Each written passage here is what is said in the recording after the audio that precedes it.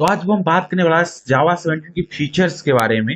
यहाँ पे हम रिकॉर्ड के बारे में जानेंगे, रियल टाइम एप्लीकेशन कैसे यूज करते हैं इसके बारे में।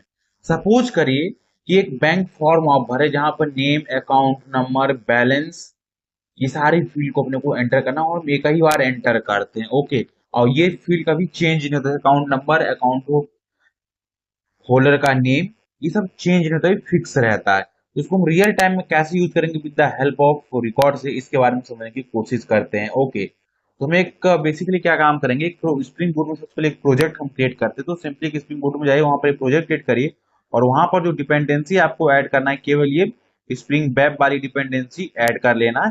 बस इतना ही अपने को काम करना है, बाकी कुछ भी कोई डिपेंडेंसी ऐड नहीं करना है। इसके बाद सिंपली यहाँ पर आएंगे, ये हमारा बेस पैकेज यहाँ पर कुछ इस तरीके से ये जनरेट हो जाएगा मेन क्लास। इस मेन क्लास को जनरेट होने के बाद क्या काम करें, यहाँ पर एक हम DTO नाम के पैकेज को जनरेट करेंगे जहां पर हम एक रिकॉर्ड को जनरेट करेंगे। ओके, तो यहाँ पर लिखेंगे पब्लिक रिकॉर्ड अकाउंट DTO और इसके अंदर हम वेरिएबल पास कर देंगे ID, name, balance, opening date की अकाउंट कब ओपन हुआ ये टोटल 4 हमारे फील्ड है इसके अंदर रहेंगे। अब इसके अंदर मान लीजिए अपने को कोई कस्टम मेथड लिखना है तो कैसे लिखेंगे इसके बारे में जानते हैं। सबसे पहले तो हमने कहा कि जैसे ये पर्टिकुलर क्लास यहाँ पर जनरेट होगा तो उस पर ये लाइन एग्जीक्यूट हुआ है, कस्टम मेथड की बैलेंस जो ना तो नल होना चाहिए और ना तो लेस देन जीरो अगर है तो सिंपली क्या काम करेगा, balance can not be null और नेगेटिव, इस तरीके से यहाँ पर ये वैलिडेशन मैसेज थ्रो कर देगा। ये हमारा पहला था, एक कस्टम मेथड इसके अंदर लिखना है। तो उस समय में हम कर सकते हैं। मैं अभी इसको मिनिमाइज करता हूँ, इसको होल स्क्रीन में आपको पूरा कोड ही कोड दिखे। ओके, इसको भी नीचे करता हूँ। तो ये हो गया, ये क्या काम है, रिकॉर्ड हमने यहाँ से यहाँ तक किया था। ओके, देन ये वाला हो गया, तो अंडर फॉर्मेट में कर देता हूँ, कंट्रोल शिफ्ट एफ से फॉर्मेट हो गया। देखिए इस तरीके से इसमें आईडी, नेम, बैलेंस और काउंट ऑफ, ये हमारा सिंगल को। देन इस कर्ली ब्रैकेट के अंदर आएंगे, इसके अंदर कोई कस्टम मेथड लिखना रहेगा वो भी हम लिख सकते हैं। तो यहाँ पर ये वाला लिखा, अब जैसे इसका ऑब्जेक्ट वैल्यू सेट होगी, चेक करें बैलेंस जीरो से कम नहीं होना चाहिए और ना ही नल होना चाहिए, अगर है तो एक्सेप्शन थ्रो कर दे। फिर इसके अंदर एक हमने कस्टम मेथड लिखा है कि अपने को चेक करना है कि हाई वैल्यू अकाउंट है कि नहीं। हमका अगर अकाउंट का बैलेंस जो है ना 1 लाख से मोर देन है तो उस पर्टिकुलर अकाउंट को हम ट्रीट करेंगे हाई वैल्यू अकाउंट। तो ये भी अपने को मेथड कॉल करेंगे। यहाँ पर ये हो गया और यहाँ पर हमें कोई भी getter, setter, to string, hash code ये जनरेट करने की जरूरत नहीं, ऑटोमेटिकली जनरेट हो जाता है। यहाँ पर हमें मैनुअली नहीं करना है, इसलिए यहाँ पर लेम्बो को हम कभी भी यूज ही नहीं करेंगे। ओके, देन इसके बाद क्या काम करेंगे, हमें कंट्रोलर क्लास को जनरेट करेंगे। यहाँ पर रेस्ट कंट्रोलर रिक्वेस्ट मैपिंग करेंगे और यहाँ पर गेट मैपिंग लिखेंगे ID, then public response entity account DTO को हम पास कर देंगे। रिस्पांस वेरिएबल में पास वेरिएबल में आईडी ले लेंगे। आईडी लेने के बाद क्या काम करेंगे, हम अकाउंट के अंदर ही सारे वैल्यू को आईडी, उसका नेम, बैलेंस और यहाँ पर लोकल डेट को हमने सिंपली पास कर दिया। यहाँ पर हम जो बैलेंस पास किए थे 1,50,000 मीन क्या होगा, ये हाई वैल्यूड अकाउंट होगा। देन उसके बाद यहाँ पर system dot out print account के हम ऑब्जेक्ट को प्रिंट करा दे रहे हैं। तो ये क्या होगा, रेफरेंस वेरिएबल ना प्रिंट करके इसके अंदर जो भी वैल्यू होगा वो दिखाएगा, क्योंकि हमने बोला ऑटो स्ट्रिंग जो है ना, टू स्ट्रिंग मतलब ऑटोमेटिकली जनरेट हो जाता है, हमें मैनुअली जनरेट करने की जरूरत नहीं है। देन यहाँ पर हम ये भी चेक करें कि अकाउंट हाई वैल्यू है कि नहीं है सिंपली। देन इसके बाद यहाँ से उसको हम रिटर्न कर दे अकाउंट का वैल्यू को। ओके, तो ये हमारा मेन क्लास है। अब इसको यहाँ पर आते हैं, राइट क्लिक करते हैं, run as spring boot app पर सिंपली हिट कर देंगे और वेट करेंगे अपने सर्वर को स्टार्ट होने के लिए। ओके, और जब तक सर्वर स्टार्ट होगा तो उसको वेट करेंगे और हमारा जो देखते हैं सर्वर किस पोर्ट नंबर पे स्टार्ट होता है, 808 पोर्ट पे हमारा ये सर्वर स्टार्ट हो गया। तो हम यहाँ चलते सिंपली पोस्टमैन पे आने के बाद यहाँ क्या हम करेंगे, get local host colon 808/API v1 account, यहाँ पर आईडी पास कर देंगे। देन यहाँ से अपने को बॉडी जाना है, बॉडी को सेलेक्ट कर लेना है। ओके, ये ऐसी रहेगा। देन यहाँ पर इसको सेंड पे रिक्वेस्ट कर देंगे।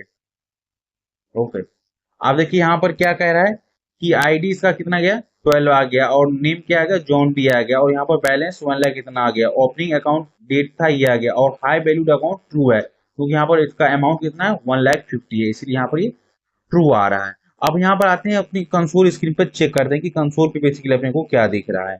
ओके, तो ये हमारा सर्वर बेसिकली स्टार्ट हुआ था यहाँ से, कंसोल पे यहाँ पर आ गया। ओके, अब हम क्या काम करते हैं, इसकी वैल्यू ना हम माइनस में देते हैं। ओके, तो यहाँ से आते हैं और इसको सेव करते हैं माइनस में, कंट्रोल S से इसको हम सेव करते हैं। देन इसके बाद अगेन हम सर्वर को स्टॉप करते हैं और स्टार्ट करते हैं। तो हमारा जो कस्टम मेथड हमें वैलिडेशन दिया था वो वर्क कर रहा है कि नहीं कर रहा है। ओके, देन अगेन आएंगे run as a spring boot app पे आएंगे, यहाँ से मेन क्लास के अंदर आएंगे, राइट क्लिक करेंगे, run as a spring boot app पर हिट कर देंगे और वेट करेंगे अपने सर्वर को स्टार्ट होने के लिए। ओके, ये जो है one of the real case application है जहां पर हम इसको हम यूज करते हैं। ओके, यहाँ पे अब इसके बारे में और भी आपको बताऊं। सर्वर हमारा स्टार्ट अगेन हो चुका है। अगर आते हैं पोस्टमैन पे और यहाँ से रिक्वेस्ट को हिट करते हैं और वेट करते हैं डिजायरेबल आउटपुट के लिए। ओके, तो देखिए इंटरनल सर्वर एरर आ गया। क्यों? उनको वैलिडेशन को यहाँ पर वो मैच नहीं कर पाया, इसीलिए। ओके, तो यहाँ देखिए एक्सेप्शन क्या है वो मैं आपको दिखाता हूँ।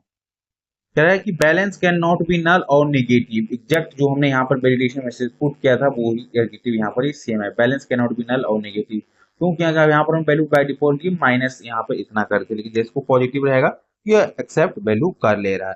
ये इसकी रियल वर्ड एप्लीकेशन था। अब हम जानते हैं कि थोड़ा बहुत रिकॉर्ड्स के बारे में। बेसिकली ये होता क्या है, कह रहा है इम्यूटेबल बाय डिफॉल्ट होता है, once created value can not be change, perfect for the API response. इसका क्या होता है, एक बार ये क्रिएट हो गया इसकी वैल्यू को आप चेंज नहीं कर सकते क्योंकि बाय डिफॉल्ट ये इम्यूटेबल होता है। ओके, और इस पर एपीआई के रिस्पॉन्स के लिए इसको हम बहुत ही मोस्टली यूज करते हैं जावा 17 में।